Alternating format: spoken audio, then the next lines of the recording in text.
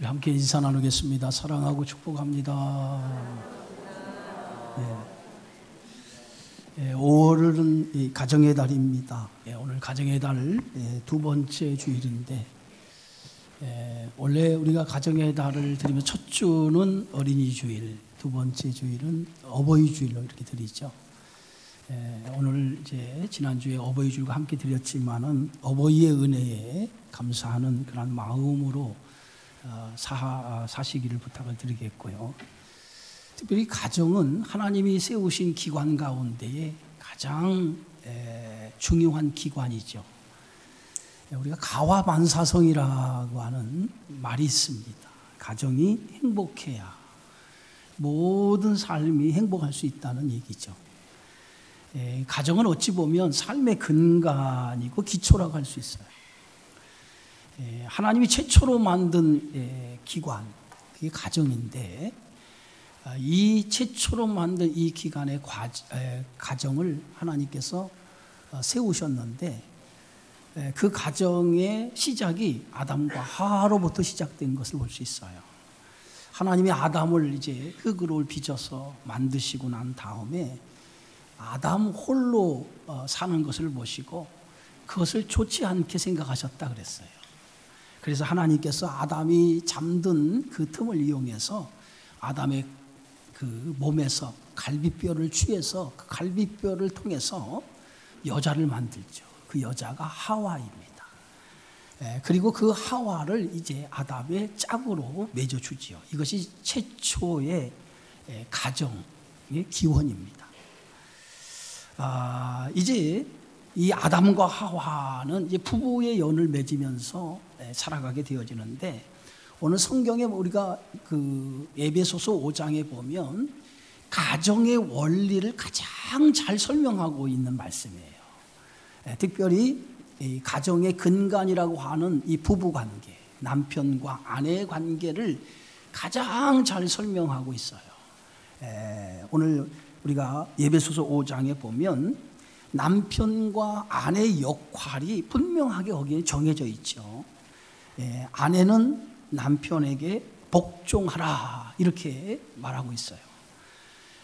이 복종하라라고 하는 그 말에서 성경은 뭐라고 얘기하냐면, 남편이 아내의 머리가 되기 때문에 복종하라 이렇게 말하고 있어요. 오늘 에베소 5장 22절에 보면 아내들이여 자기 남편에게 복종하기를 죽게 하더라라. 이는 남편이 아내의 머리됨이 그리스도께서 교회의 머리됨과 같습니다 라고 말합니다. 남편에게 복종하라고 하는 이 말은 상하관계, 남편이 높고 아내가 낮기 때문에 어떤 상하관계에서 복종하라고 하는 그런 말의 의미가 아니에요. 남편이 높고 아내가 낮기 때문이 아니라 또 주종관계, 그런 의미에서 그 아내가 남편에게 복종하라라고 하는 그러한 뜻이 아니라 하나님이 세우신 질서의 차원에서 아내는 남편에게 복종하라는 거예요. 왜냐하면 하나님께서 남편을 그 가정의 머리로 세웠다는 거예요. 그래서 하나님이 세우신 가정의 질서는 남편을 가정의 머리로 세웠기 때문에 아내는 그 머리 되는 남편을 존경하는 마음으로, 사랑하는 마음으로 그 남편에게 복종하라라고 하는 거예요. 그러니까 여기에는 그냥 상하관계의 의미가 아니라 존경하는 마음으로, 존경하는 마음으로 그런 남편에게 복종하라 이렇게 성경은 가르치고 있습니다. 그럼 가정의 머리가 누구냐? 이 가정의 머리가 남편이라는 거예요. 그러니까 가정의 머리가 두 개 있으면, 항상 머리가 두 개 있는 데는요 서로 무슨 싸움합니까? 주도권 싸움이에요. 내가 이 가정의 머리라 생각하고 주도권 싸움을 해요. 그래서 뭐 여러분 시집가고 장가 가면 넌 아내에게 주도권 뺏기면 안 돼. 또 아내는 남편에게 주도권 뺏기면 안 돼. 신혼 초에 주도권을 잡아야 돼 하고 처절하게 이제 주도권 싸움이 벌어지는데, 여러분 그것은 잘못된 거예요. 가정의 머리는 남편이거든요. 그러니까 아내는 그 남편을 존경하는 마음으로 가정의 머리됨을 인정해 줘야 하는 거예요. 그래야 가정이 평안하고 가정이 행복하다는 거예요. 왜냐하면 하나님께서 세우신 이 질서, 그러니까 가정의 머리로 남편을 세운 것은 하나님이 세우신 질서라는 거예요. 여러분, 질서는 대단히 중요하죠. 질서가 무너지면 혼란이 찾아오잖아요. 세상에도 모든 것이 다 질서 가운데 움직이는데 질서는 하나의 약속이기도 하고 그 질서가 무너지면 대단한 혼란이 찾아오게 됩니다. 하나님이 세우신 이 세상은 다 이게 질서 가운데 움직여요. 근데 하나라도 그 질서 안에서 벗어나면 인류의 재앙이 찾아오는 것처럼 오늘 인류의 타락은 어디서부터 시작이 되었죠? 하나님이 세우신 질서에 불순종했기 때문에 생긴 결과가 인류의 타락이에요. 하나님은 에덴 동산을 창설하시고 그 동산에 아담과 하와를 두시고 그리고 동산의 각종 모든 나무의 실과를 임의로 먹을 수 있도록 아담과 하와에게 허락을 했어요. 그런데 한 가지만 하나님이 허락하지 않은 것이 있는데 그것이 뭐냐면 에덴 동산 중앙에 있는 선악을 알게 하는 나무의 열매만은 먹지 말라. 하나님께서 명령하셨어요. 모든 에덴 동산의 모든 것은 다 누리고 먹고 살아도 돼요. 다 누리고 살아도 돼요. 그러나 한 가지만은 하나님께서 금하라고 했어요. 그게 뭐냐면 선악을 알게 하는 나무 열매만은 먹지 말라. 금하라고 하나님께서 말씀을 했어요.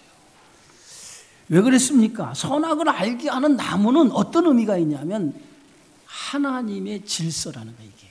이게 창조주 하나님을 인정하는 질서, 그 질서가 선악과라고 하는 나무예요. 그래서 선악과는 단순히 그런 나무의 열매가 아니라 하나님을 인정하는 하나님을 인정하는 그것이 바로 선악과가 상징하는 거예요. 그래서 하나님이 세우신 질서가 바로 선악과의 열매를 먹지 말라고 하는 거예요. 그 선악과의 열매를 먹으면 어떻게 된다고요? 죽으리라. 죽는다는 거예요.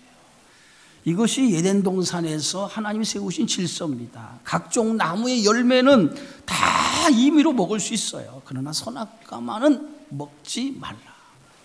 그런데 이 질서를 누가 깨뜨립니까? 아담과 하와가 깨뜨려 버렸죠.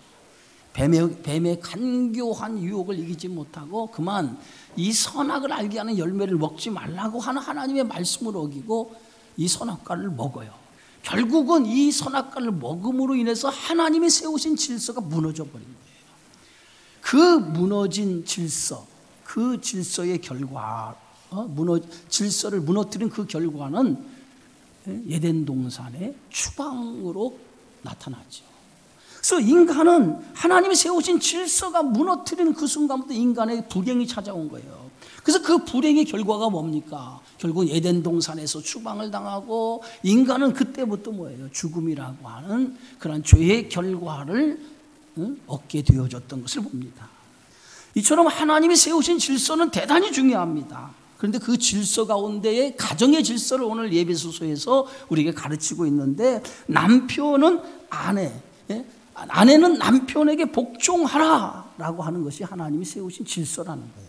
이 질서가 가정에서 무너지지 않기 위해서 아내는 노력을 해야죠. 그래서 가정의 질서 가운데 남편을 머리로 인정하는 것 대단히 중요한 거예요. 그러니까 여러분이 가정을 건강하게 행복하게 가정을 만들기 위해서 남편을 존경해야 해요. 그 존경하는 마음에서 남편을 머리됨으로 인정하시기를 주의 이름으로 축원합니다. 두 번째, 오늘 예배소서 5장에서 남편들에게만 말씀하는 것이 아니라 아내들에게만 말씀하는 것이 아니라 남편들에게도 하나님께서 말씀하죠. 그런데 그 남편에게 주는 하나님의 말씀이 어떤 말씀입니까? 아내 사랑하기를 그리스도께서 교회를 사랑하시고 교회를 위하여 자신을 주심같이 사랑하라. 오늘 남편의 역할에 대해서 말하고 있어요. 남편은 아내를 어떻게 해야 되느냐? 예수님께서 교회를 사랑하시고 또 자신을 내어준 것 같이 이렇게 남편은 아내를 사랑해야 된다는 거예요. 그래서 내 몸처럼, 아내는 마치 내 몸처럼 여기며 사랑하라는 거예요. 왜? 아담의 몸에서 하와가 나왔기 때문에 아내는 자기 몸의 일부라는 거예요. 그래서 아내를 사랑하는 내 몸처럼 사랑하라라고 하는 것이 하나님의 말씀입니다.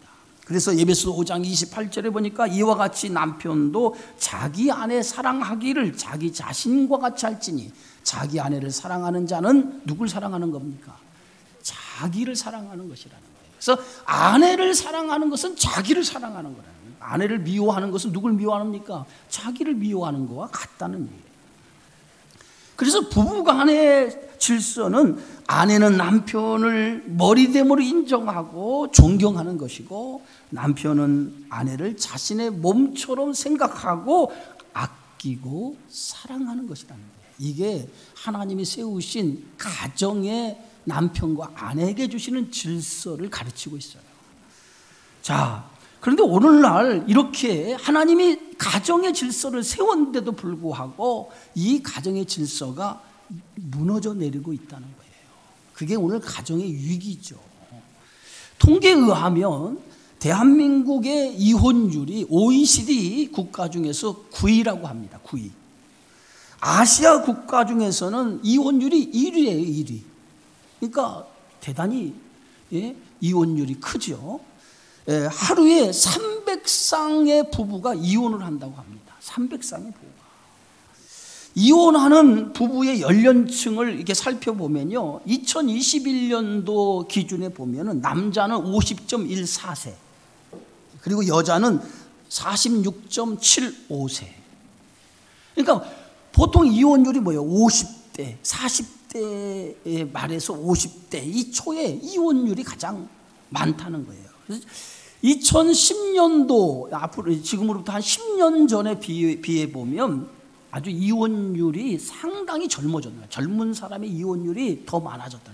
뭐 요즘에는 뭐 황혼율 이런 것도 굉장히 많지만은, 그래서 우리나라 이혼 연령대 가장 많은 연령대가 40대랍니다. 40대가 이혼하는 그러한 경우가 굉장히 많대요.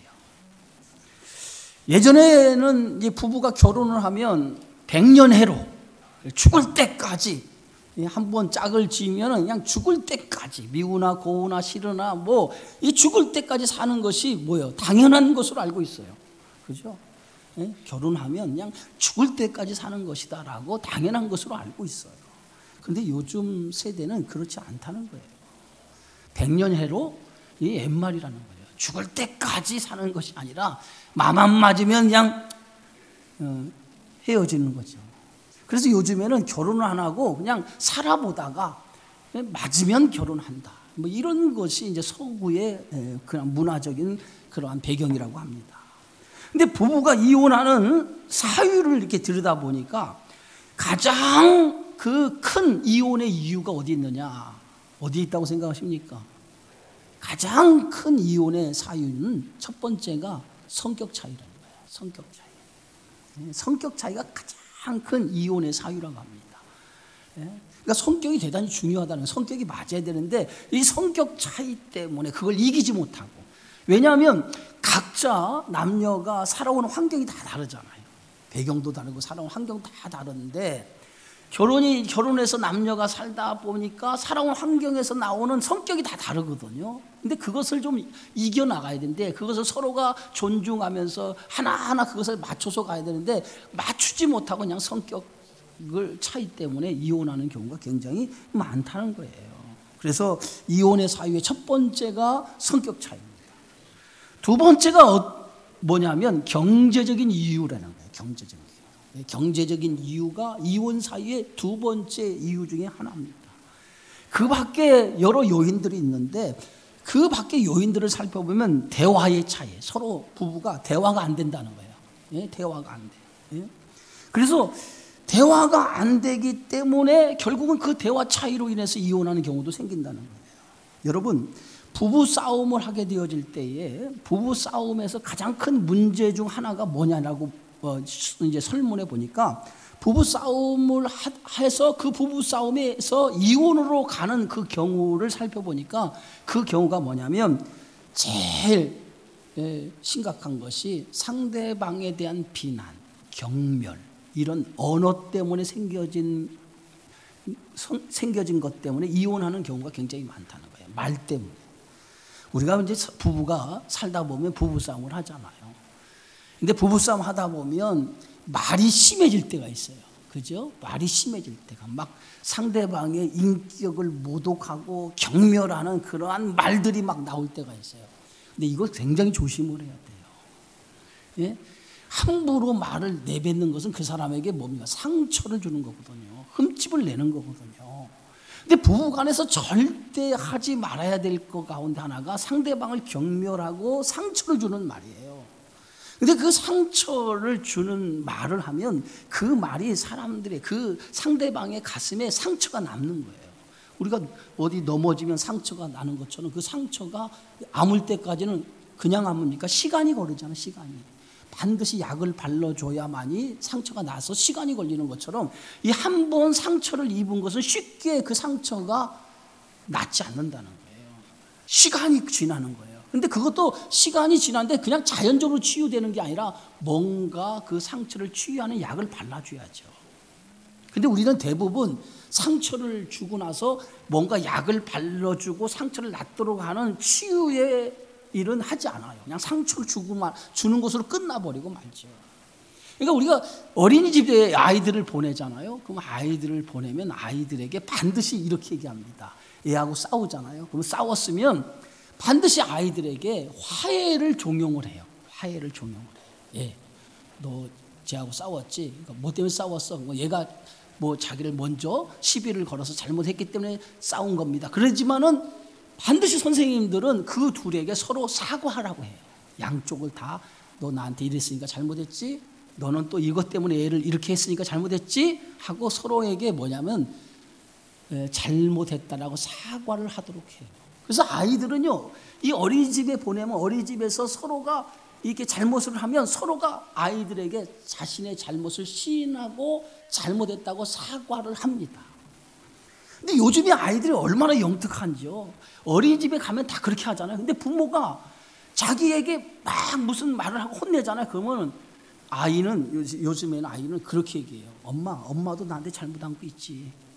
그럼 엄마도 나한테 사과해야지. 엄마는 왜 사과 안 하고 얘 나한테만 잘못했다고 얘기해? 이렇게 얘기한다는 거예요. 그러니까 아이들 안에도 그것이 뭐냐면 부모가 잘못했으면 잘못한 거에 대해서 아이들이 내가 잘못했어 미안해 라고 하는 말을 해줘야 된다는 거야. 그래야 아이들도 상처를 덜 받는다는 거야. 근데 우리는 그러지 않잖아. 아이들이 그냥 무조건 일방적으로 잘못했다고만 하고 우리가 잘못한 것은 아이들한테 뭐라고 안 하잖아요. 이게 문제라는 거죠. 이게 문제. 그래서 아이들이 잘못해서 꾸짖지만은 우리가 잘못했을 때도 아이들에게 엄마가 잘못한 것 같아라고 얘기할 수 있는 그런 것을 통해서 서로의 상처를 씻어주는 것이 중요하다는 거예요. 그래서 부부 싸움에서 중요한 것 가운데 하나가 뭐냐면 상대방을 경멸하거나 상대방의 비난하는 말은 하지 말자. 그래서 될 수 있으면 부부 싸움 할 때 그런 얘기 하잖아요. 존댓말로 싸우라. 존댓말로 싸우면 싸움이 안 되지 않습니까? 그러면 쉽게 얘기해서 싸우지 말라는 거예요. 싸우지 말라. 예? 또 이혼하는 이유 중에 하나가 뭐냐면 육아 문제. 이 아이들을 기르는 것 때문에 육아 문제. 예전에 이제 저 때만 해도 육아는 누가 하는 것으로 생각했냐? 우리 집 사람이 육아는 다 하는 거로 생각했어요. 그렇게 살았어요, 그냥. 근데 요즘은요, 육아는 혼자 하는 게 아니라 부부가 동시에 짐을 나눠서 육아를 하도록 되어 있어요. 우리 아들이 결혼을 했는데 보니까 아이를 안 놔가지고 짐보따리 심지어는 똥기저귀까지 다 채워주더라고요. 결혼하기 전에는 집에서 지방도 치우지 않은 애예요. 그런데 결혼하니까요, 사람이 싹 우리 아이가 달라졌어요 하는 것처럼 싹 달라졌어. 싹 달라졌어. 보니까 똥기저귀 가는 것부터 시작해가지고 얘 짐보따리 모든 것을 다 이렇게 나눠서 하더라고. 그래서 보니까 이렇게 하지 않으면 살아갈 수 없는 거죠. 당연한 거가 요새 애들은 당연한 거예요. 그래서 육아도 함께 짐을 나누어 주는 시대가 되었다는 거예요. 그래서 부부가 이혼하는 경우가 육아의 책임을 이렇게 아내에게만 주어진 것 때문에 이혼하는 경우도 있다는 거예요. 그다음에 친밀감이 결여된 것 때문에, 서로 부부가 친밀감이 있어야 하는데 그 친밀감이 결여된 것 때문에 이혼하는 경우가 많이 있다는 겁니다. 우리 김숙경 권사님이 며칠 전에 저보고 이 설문지 하나를 쭉 넣어놓고 가정에 대한 설문지를 작성을 쫙 하라고 하더라고요. 그래서 저도 이 문항에 한 50문항 되나요? 문항에 쫙 작성하니까 딱 설문지 끝내놓고 딱 체크를 하더니 딱 한마디가, 목사님은 왜 스킨십이 없습니까? 그러더라고요. 스킨이야. 얘 사모님하고 스킨십이 없냐, 스킨십이. 그래서 내가 그랬죠. 이 나이에 무슨 스킨십이 있냐고. 응? 뭐 손을 만져야 전기가 있고, 뭐 저기 뭐야, 잠자리도 따로 자는 나이인데 무슨 스킨십이. 그래도 스킨십을 많이 가져야 된대요. 그래야 부부간의 애정이 좋다고 그럽니다. 여러분 스킨십 많이 하세요. 예, 아멘 하세요.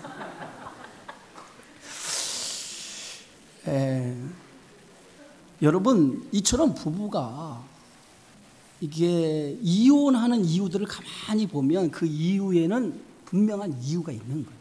그죠? 이유가 있는. 이런 것들을 제거하는 삶이 우리 그리스도인의 삶인데, 성경에는 부부가 평생 한 몸으로 살아야 된다고 했어요. 이혼이라고 하는 거 성경은 인정하지 않는다는 거예요. 그래서 오늘 성경에 보면 그런즉 이제 둘이 아니요 한 몸이니 그러므로 하나님이 짝지어 주신 것을 사람이 나누지 못할지니라. 이 결혼식에 하면 반드시 얘기하잖아요. 하나님이 짝지어 준 것을 나누지 못할지니라. 예? 그런데 오늘날은 그렇지 못하는 거죠. 여러분 쇼인도 부부라고 하는 말 들어봤죠? 쇼인도 부부. 예? 부부인데 같은 공간에 살지만은 각자 따로 생활을 하는 거예요. 예, 상대방, 배우자가 무엇을 하든지 전혀 관심이 없는 거예요. 대화도 없고 애정도 없고 서로 상투적인 대화만 하는 부부.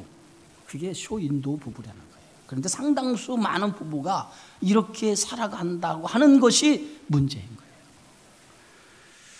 여러분 그리스도인의 가정 가운데 왜 이런 가정, 정말 가정은 가정인데 가정이 행복하지 못하고 정말 쇼인도 부부처럼 명색만 부부같이 이렇게 살아가고 있는 가정이 많다는 거예요. 왜 그렇습니까? 예? 왜 그리스도인의 가정에 문제가 왜 많냐 이 말이에요. 그 이유를 저는 두 가지로 생각해 봐요. 첫째는 뭐냐면 하나님의 은혜가 그 가정에 작동이 되지 않는 거예요. 하나님의 은혜가 그 가정에 작동이 되지 않는 거예요. 성도의 가정에 제일 중요한 것은 하나님의 은혜가 작동이 돼야죠. 은혜가. 내가 하나님의 은혜를 받았다면 그 은혜가 우리 가정에서 하나님의 은혜가 작동이 되어야 되는데 하나님의 은혜가 작동이 되지 않는다는 거예요. 가정의 위기 가운데 가장 큰 위기 중에 하나가 뭐냐면 상대방 탓을 많이 한다는 거예요. 상대방 탓. 예? 교회 안에서도 자꾸 내 탓이라고 생각하지 남의 탓이라고 생각하기 때문에 문제가 일어나는 것처럼 가정에서도 자꾸 상대방의 탓을 돌리기 때문에 여기에 가정에 문제가 생긴다는 거예요. 아담과 하와가 선악과를 먹고 나서 그들이 하나님의 낯을 피하죠. 그리고 동산 나무 사이에 숨어요. 숨은 그 아담에게 하나님께서 이렇게 말하죠. 내가 내게 먹지 말라 한 선악과를 왜 먹었냐라고 하나님이 물어요. 그랬더니 이 아담이 뭐라고 대답하냐면 하나님이 주셔서 나와 함께 하신 여자 그 나무의 열매를 주므로 내가 먹었나이다. 결국은 이 말이 뭡니까? 하와가 열매를 따서 나에게 먹으라고 주었기 때문에 내가 먹었습니다. 결국은 자기가 먹었다고 얘기하지 않아요. 내가 먹었다고 얘기하지 않고 여자가 나한테 줘서 내가 여자 때문에 먹었다는 거예요. 여자 때문에. 그러니까 아담은 그 선악과를 먹은 책임을 누구에게 돌리냐면 자기 책임이라고 생각하지 아니하고 누구 책임이요? 하와 책임. 아내 책임이라는 거예요.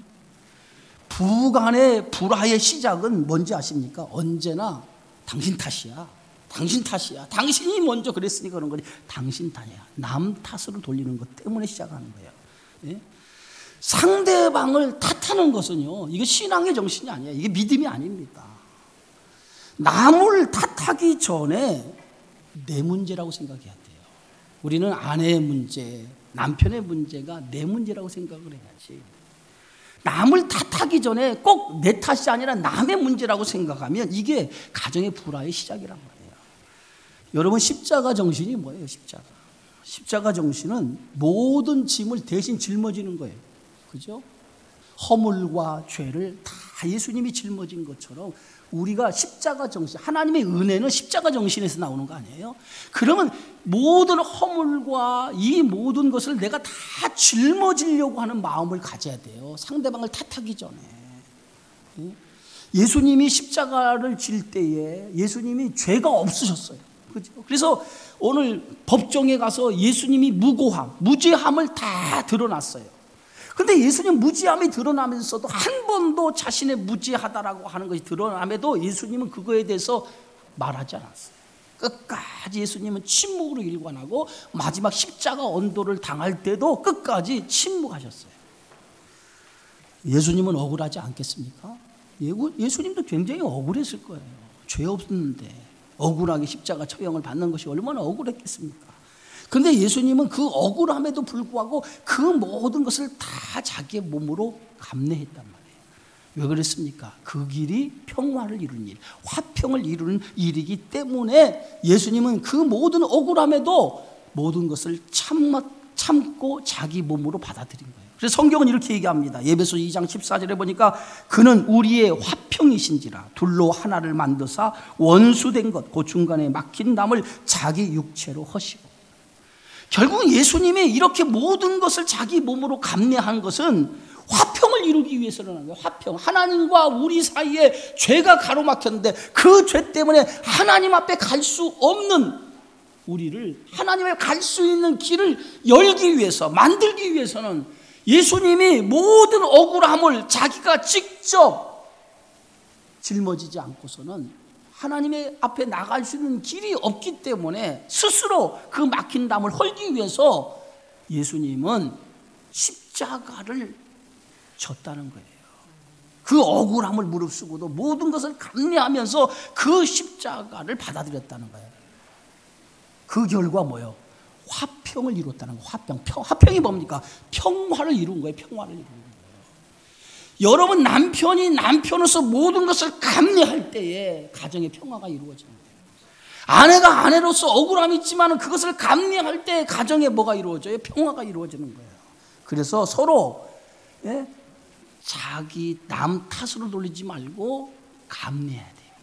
남편은 남편으로서 감내하고 아내는 아내로서의 감내를 할 때 그 가정이 평화를 이루는 가정이 되어지는 줄 믿습니다.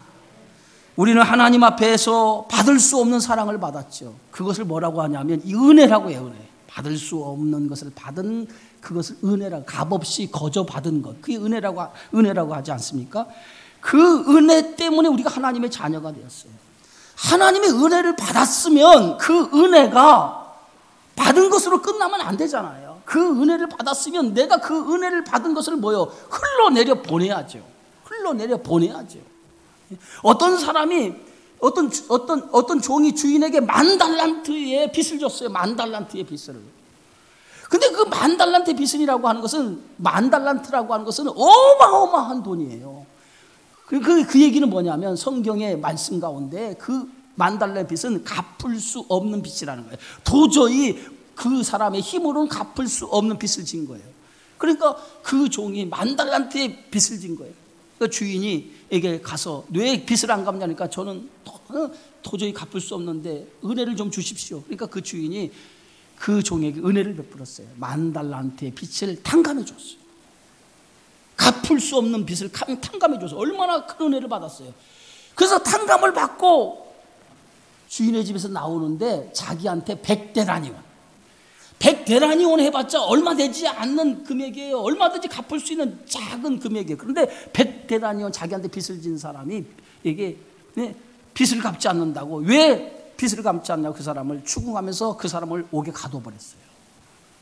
주인이 나중에 그 사실을 알고 나는 너에게 100달란트라고 하는 1만 달란트라고 하는 빚을 갚아줬는데 탕감해줘. 너는 그저 100달란트라고 아주 작은 금액을 너는 용서해주지 못하고 그를 옥에 가뒀느냐. 오히려 그 주인이 그 1만 달란트를 탕감해준 그 종을 불러다가 옥에 가둬버리죠.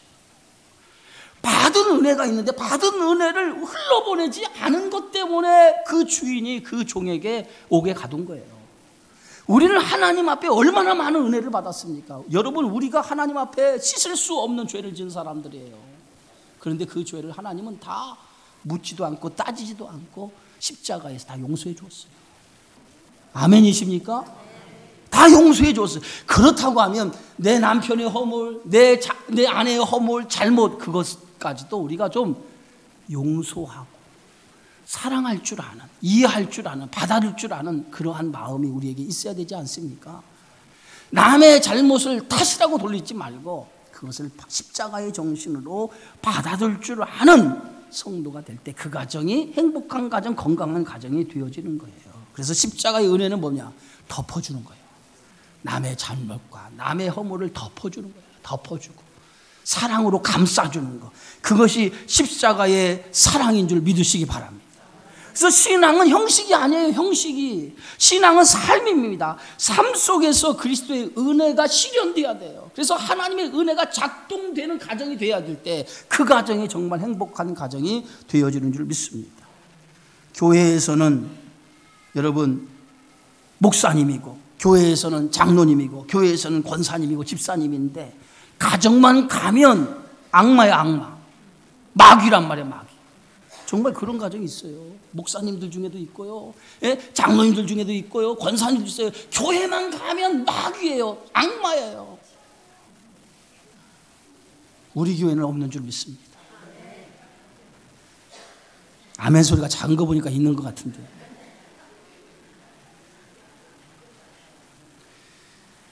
여러분, 은혜를 받았으면 그 은혜가 내 가정에부터 흘러가야지. 내가 하나님의 은혜를 받아서 그 가정에서부터 은혜가 흘러가야지. 그래서 가정이 행복해야지. 가정이 행복해야 될 거 아니에요. 저는 이런 얘기를 들어봤어요. 어떤 분이 집에 들어가기 싫대. 집에 들어가기 싫다는 거예요. 집에 들어가기 싫다는 거예요. 왜 그러니까? 집에 들어가면 지옥에 가는 것 같아. 지옥에 들어가는 것 같아.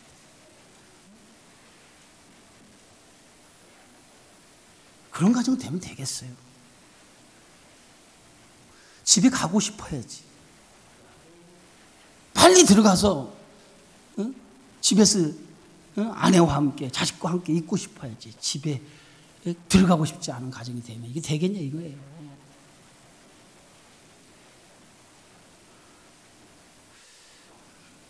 여러분, 성격 조사를 많이 하는데 성격은 어렸을 때부터 가정 환경에서부터 성격이 형성된다고 그랬잖아요. 그래서 그것이 쭉 간다는 거잖아요, 성격이. 그래서 대부분 성격이 언제 형성되느냐? 어렸을 때의 성격이 형성된다고 합니다. 근데 그 한 번 성격이 형성되면 그 성격이 변하지 않는다라고 이렇게 얘기를 해요. 그래서 요새 유형이 뭐냐? 무슨 유형이냐라고 자꾸 이렇게 심리 검사를 통해서, 성격 검사를 통해서 유형이 어떤 유형이냐라고 이렇게 얘기하죠. 근데 저는 거기에 좀 동감 못하는 부분이 있어요. 성격도 변해요. 왜 변하는지 아십니까? 은혜 받으면 변해요. 여러분, 정말 예수 만나면요, 예수 만나면 변해지게 돼 있어요. 예수 제대로 못 만나니까 안 변하는 거지, 예수 만나면요 미움이 사랑으로 바뀐단 말이에요. 그러니까 예수 만나요. 그러니까 하나님의 은혜를 받으면 정말 가정도 변화되고 내가 인격이라든가 내 모든 성격도 변하게 되어져 있어요. 그래서 오늘 성도들이 제일 중요한 게 뭐냐? 은혜 받아야 돼. 은혜. 십자가의 은혜, 그리스도의 은혜 받아야 돼. 그래야 내 가정이 행복해질 수 있어요. 은혜 안 받고 자꾸 지식으로만 예수 믿으려고 하니까 변하지 않는 거예요. 그래서 신앙은 삶이에요. 삶이 변화되는 거예요. 예수 만나면 삶이 변화되는 줄 믿습니다.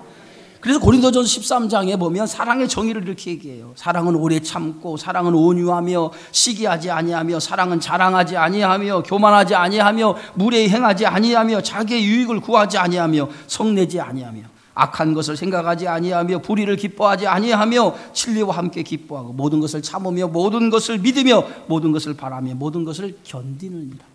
사랑을 딱 한마디로 얘기하면 사랑은 뭐냐면 인내예요. 인내. 참아주는 거예요. 참아주는 거예요. 그 사람을 믿고 참아주는 게 이게 사랑이에요. 하나님의 은혜가 작동되는 여러분의 가정이 되어지기를 주의 이름으로 축원합니다. 두 번째는 예수님의 마음으로 살아야 돼요. 자, 오늘 본문의 말씀이 뭐냐면 우리가 너무도 잘 아는 말, 너희 안에 이 마음을 품으라. 곧 그리스도 예수의 마음이니 그랬어요. 예? 성도는요 예수님의 마음을 품어야 돼요. 예수님의 마음을 품는다는 게 뭐냐면 예수님의 마음으로 살아가야 된단 말이에요. 가정도 예외가 아니에요. 가정에서도 예수님의 마음으로 살아가야죠. 왜 가정에서 예수님의 마음을 품지 못합니까? 응? 예수님의 마음을 가져봐요.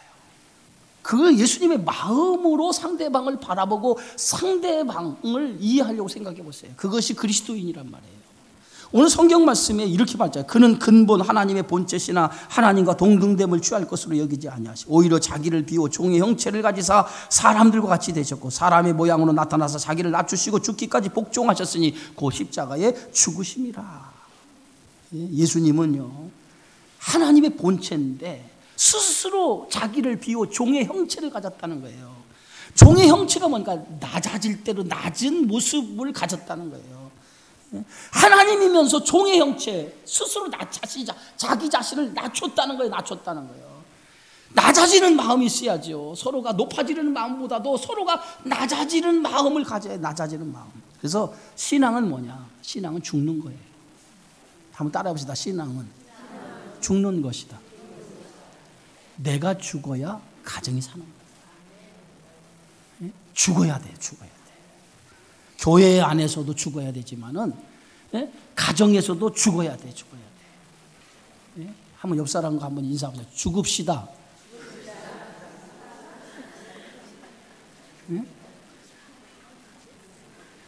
죽어야 돼요. 남편이 죽고 아내가 죽어야 돼. 근데 대부분 있잖아요. 승질을 누가 내냐면 남편이 내죠. 그잖아요. 여자들은 별로 승질 안 내. 여자들은 그냥 나 죽었네 하고 그냥 목소리 남자가 크게 내면 삑소리 내면 그때부터 가슴이 벌렁벌렁 해가지고 아무 소리도 않고 그냥 읽었어. 남편들이 문제야. 남편들이 소리 빽빽 지르고 말이야. 쓸데없는 남편은 그냥 아내들한테 그냥 있는 대로 빽빽 지르고 이게 무슨 자존심 내는 것처럼 자기 권위 내는 것처럼 소리 빽 지르고 그 수이 싸고 소리 질러. 남편들아 제발 소리 좀 지르지 마. 그잖아요. 그냥 아내가 제일 많이 병이 걸리는 병이 무슨 병인지 아세요? 심장병이야. 심장병. 그래서 우리 집사람이 심장병이 걸렸어.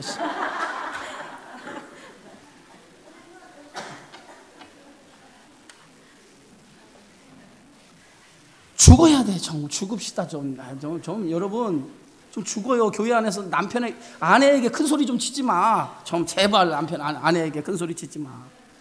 그냥 조곤조곤 사랑하는 말로 해요. 응? 저부터 이제 그렇게 해서 심장병 안 걸리게 해야 되는데. 그래서 가정은 죽어야 돼요.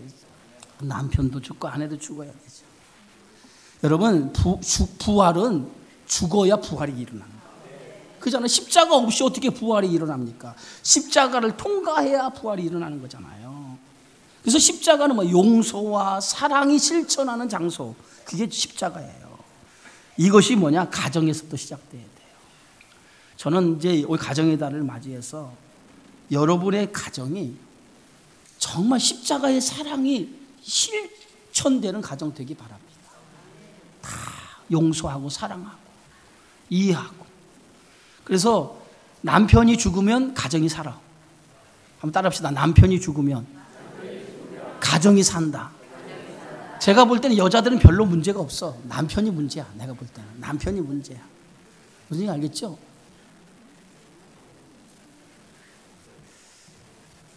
야고보 기자는요, 행함이 없는 믿음은 죽은 믿음이라고 그랬어요. 행함이 있는 믿음으로 실천하시기 바랍니다. 그래서 아내들은 남편을 존경하세요. 남편에게 무시하지 말고 남편을 존경하시고, 그리고 남편은 아내를 사랑하셔서 하나님의 은혜가 작동되는 가정, 그래서 그리스도의 마음을 품고 살아가는 가정이 되면 그 가정은 건강한 가정, 행복한 가정을 이룰 수 있는 줄 믿습니다. 그런 가정 되어지기를 주의 이름으로 축원합니다.